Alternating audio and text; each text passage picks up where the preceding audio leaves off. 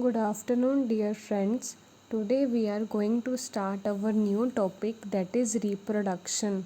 Firstly, we will understand the meaning of this word reproduction.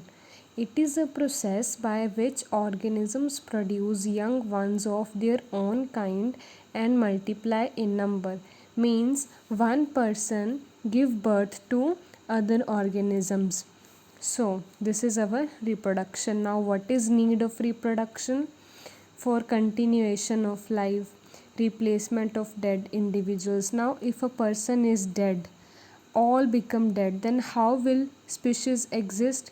They have to take new birth or give birth to new individuals so that species can exist on this earth. So, need of reproduction is continuation of life, replacement of dead individuals, existence of species, and many more. Like to maintain evolution, for variations, we use this method, that is reproduction, to continue our life on this earth. So now reproduction is of two types. One is asexual and second is sexual reproduction.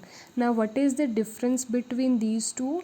Asexual reproduction is uniparental, that is only one parent is involved in this type of reproduction, and in sexual reproduction two parents are involved, so it is biparental. Now next difference, reproduction occurs without formation and fusion of gametes. That is, here no fusion of two gametes takes place. Only one gamete is required for asexual reproduction. And in sexual reproduction, it occurs with the formation and fusion of male and female gametes.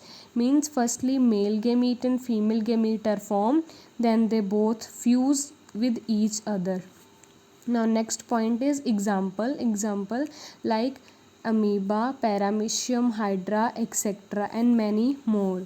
And here example is human beings. As we know, we reproduce sexually, flowering plants, dogs, etc. Many examples are there. So these were the main differences between asexual and sexual reproduction.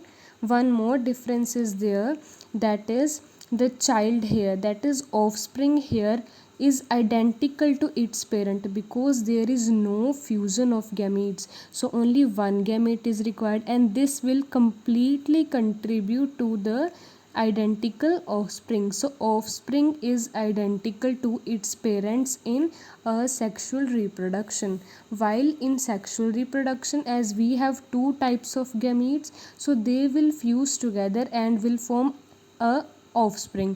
So this offspring will be different from both of each other, but will have half characters of this parent and half of this parent. That means that it is not genetically similar to both of the parents, but has half of the characters of both the parents. So I hope you understood this first introduction of reproduction. Thank you.